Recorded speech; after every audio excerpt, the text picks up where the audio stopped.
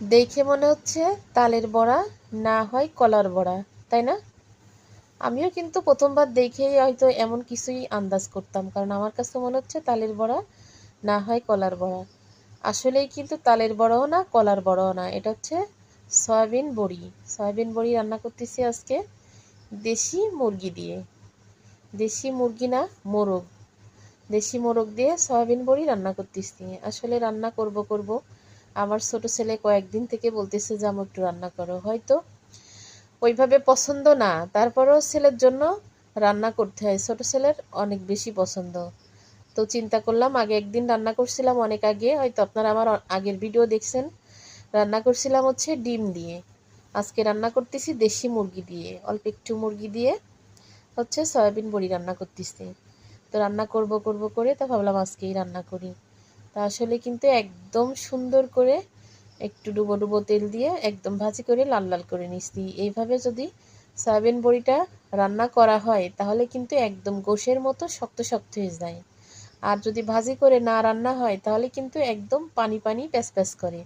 আমার কাছে কিন্তু অতটা ভালো লাগে না, কিন্তু এইভাবে রান্না যতবারই করেছি আমি, মনে হয় 2-3 বার রান্না করেছি এই জিনিসটা আমি, তো 2-3 বারেই কিন্তু একদম গোশের মতো করে রান্না করেছি।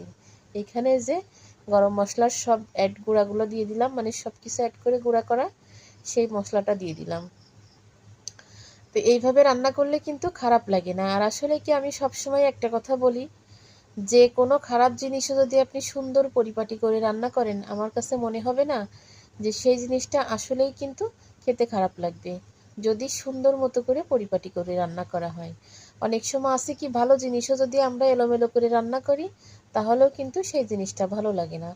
খারাপ জিনিস সুন্দর মতো রান্না করলে ভালোই লাগে।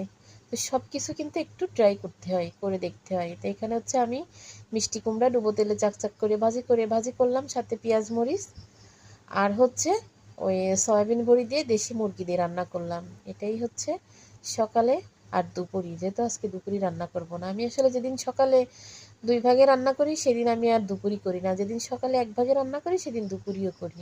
তো দেখেন, এই যে গা মাখা তেলের জল রাখিছি, এত সুন্দর একটা গ্রান বের হচ্ছে। আর খেতে কিন্তু একদম মুরগির গোশের মতোই লাগতেছে।